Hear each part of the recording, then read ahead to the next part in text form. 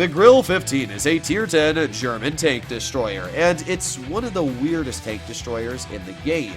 It sacrifices literally everything just for its gun. The Grille has one of the worst camouflage values in the game, which means you get detected about every time you shoot, and half the time you don't shoot, you just get spotted flat out in the open, and then everybody tries to shoot at you. That's the second problem about the Grille. This tank is incredibly easy to pen because it has almost no armor. I mean, a Tier 1 could probably pen this thing everywhere, but as well, the Grille is massive. It's really unflexible due to the fact that it only has 4 degrees of gun depression over the front.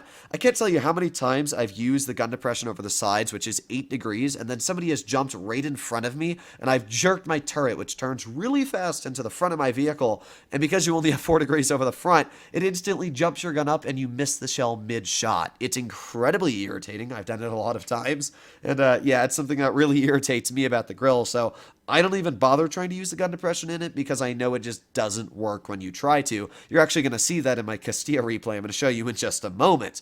The Grille, it really just has a gun. That's all it is. It's a fantastic gun at that, though. A 2.9 second aiming time with 0.272 dispersion. And it's also got 3,400 DPM with Cali. With Rammer, you've got 3,633. Really good standard pen at 293. And its premium pen, while it's not amazing, is still enough to butter through really anything you're going to need to at 367 millimeters. It's got great standard damage at 640. And the HE is insane at 960. Although a little bit less HE pen than your average 150 millimeter, which has upwards of 99 sometimes. So the HE pen's a bit weak, but 83 millimeters is still plenty to cut through light tanks, mediums, the rear of heavies. So I gotta say, the Grille, it can slap, and when it does, it slaps really, really hard.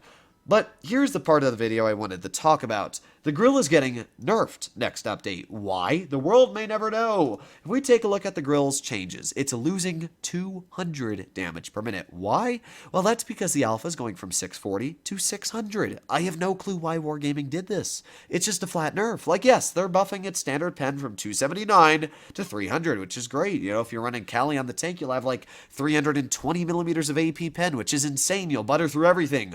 But who cares? I don't shoot heat in the Grille 90% of the time because your standard pen is already enough to deal with a lot of opponents. So it makes no sense why they would buff the standard pen and then say, oh, in return, we're going to nerf the alpha. Because the only other buff the tank gets is traverse speed. And sure, it's a decent amount, 4 degrees a second, but is it really worth the 200 DPM less you're getting? Also, your HE goes from 960 average to 900. I mean, that's a huge nerf. Your top speed goes from 50 to 47. Not a huge nerf, but it's still a difference.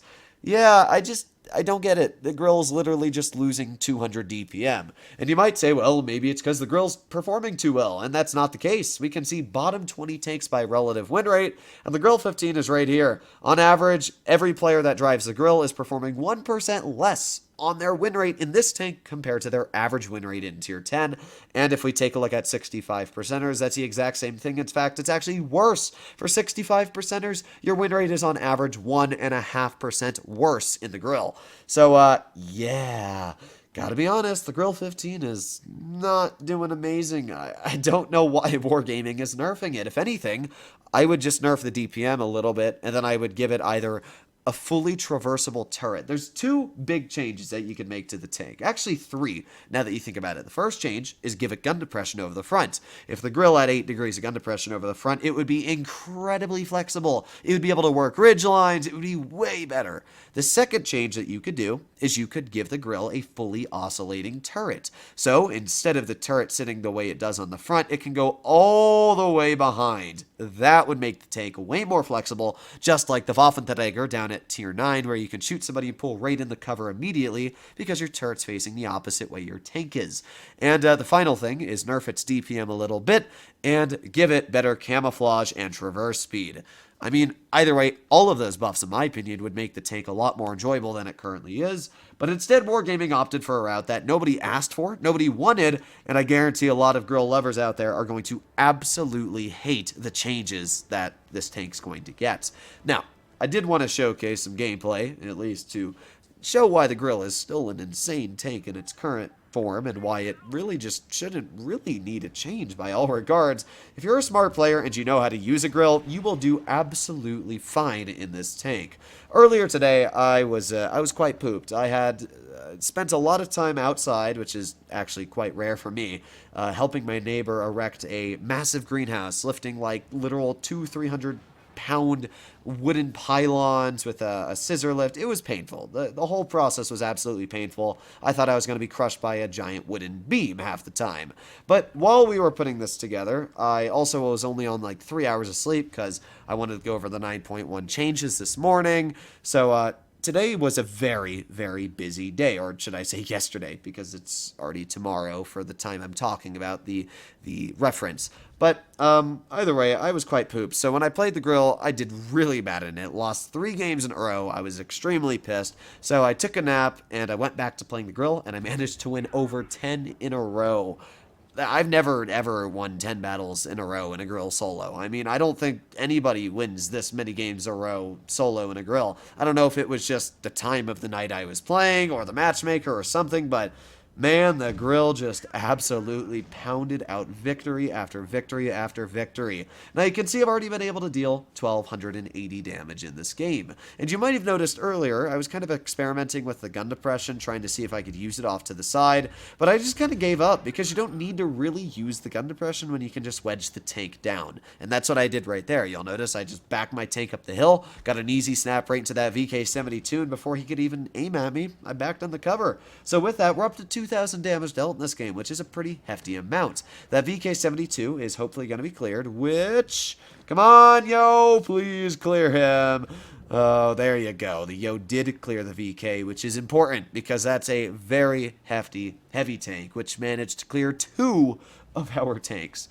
I don't know how our T-95 and Kampfpanzer put themselves in that vulnerable of a situation, but that's what ended up happening. So, you can see me over here, and I'm aiming at the 60 TP. Alright, let's aim in right on his upper plate, and the 60. He's dead. That is the end of the 60. We're up to 4,500 damage. We were at 2,000, and we just jumped double in damage. So I'm going to fire at this WZ, and you can see the shell doesn't even go close to where I aimed. I was aiming right at his weak spot, and it ricocheted right off the edge of his tank, as you saw. So unfortunate. That was a blind fire that I think was aimed correctly. Just the game didn't really like me. You can really see how whenever you turn this tank, whenever you move it just slightly, the gun insanely blooms, which is the real killer. If you have to shoot on anything moving, the grill just hates it. It absolutely hates it. Just the small jerk of a mouse, and you'll see the grill just says, "Wah!" So either way, in this situation, our team's not doing great. It's a 4 versus 5. And our mouse has finally started moving in this battle. He was kind of AFK for the beginning. And uh-oh, that's not good. A Sheridan's driving up behind our 183. And the Sheridan's going to get a shell into our 183. Okay, well, Sheridan doesn't see me, so I get a nice shot in for 633. And now I'm going to put on my adrenaline. Don't fall off that rock there. Now, I just want to point out, the Sheridan has 580 health. Our 183 has a shell loaded, and he's going to shoot the Sheridan. Why would you shoot Hesh? Why? I do not understand the stupidity of players in this game sometimes. Oh boy, let me load my 1,300 pen or damage Hesh shell so that I can not kill the Sheridan because it's covered in spaced armor when I could just fire an AP shell and kill his entire tank. Like, what was the thought process there, dude? I never understand that. But either way, we're doing great. We're up to 5,800 damage dealt in this game.